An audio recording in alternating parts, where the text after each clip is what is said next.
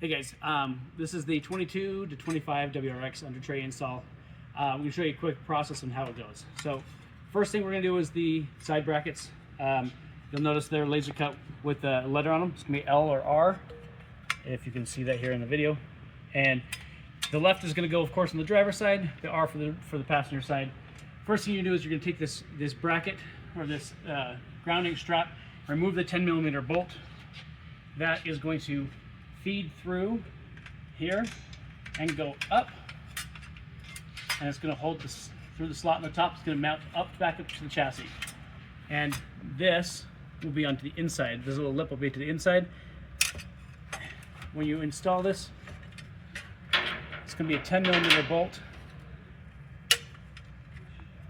and you're not going to tighten it all the way down. We're just going to put it in there kind of loose. It's definitely easier to do if you have a lift. Okay. It's going to be a little bit loose. That's okay. We're going to let it hang. We've already got this one pre-installed on this side. So once you have both of those installed, you're going to grab our main panel. This right here.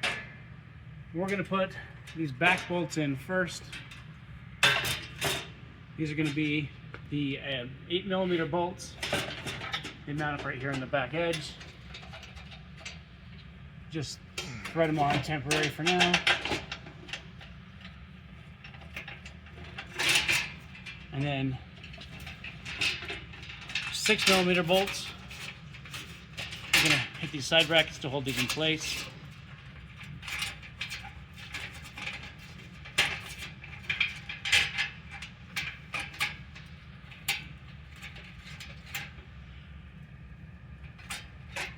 There's going to be 2 on each side.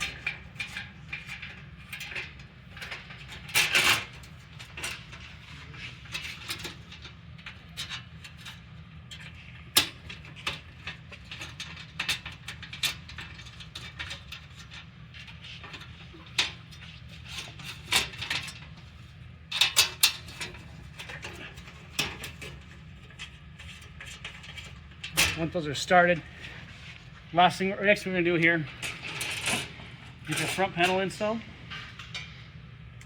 So the first thing you do actually is, and these are already installed on our bumper here, we have these U-nuts. Come in closer, Ben. We have these U-nuts. These slide over the top of the bumper edge. They're going to hold in place. On the center one, it goes on the top section. And then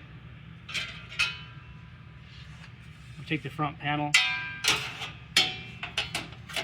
overlap just like so. It's upside down.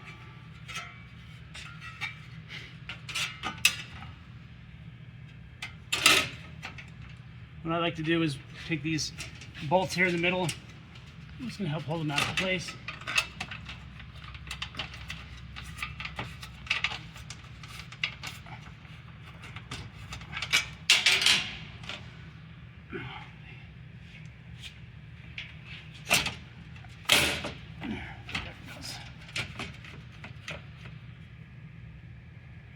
You can reuse the stock ones. We have aftermarket bolts that we're going to provide for you as well. So this is a little longer. So once those are in place, I like to use the longer bolt right here in the center.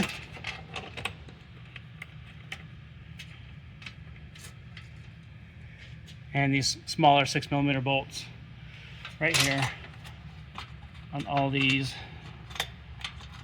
locations here.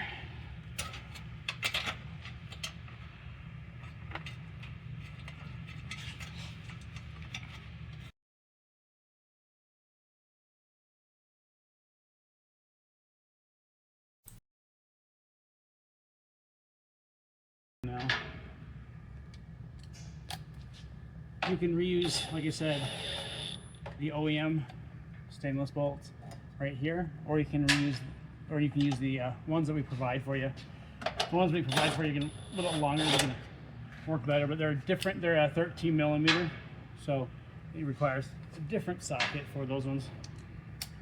That's the only difference. And they're a little bit longer.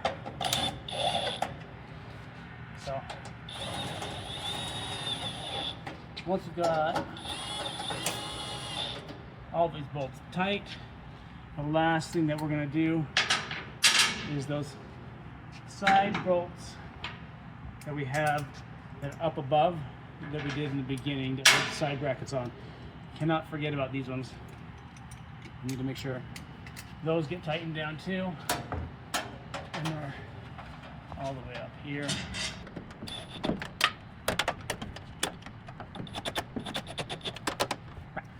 With everything tight,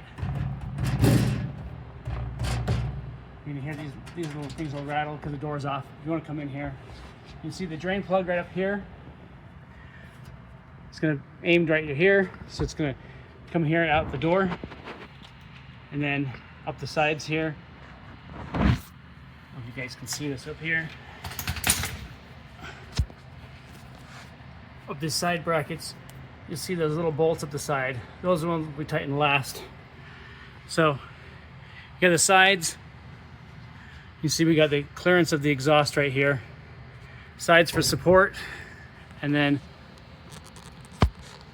all these other bolts. Everything should be tight. Once we put that door on, you shake it, make sure there's no rattles, and you're done.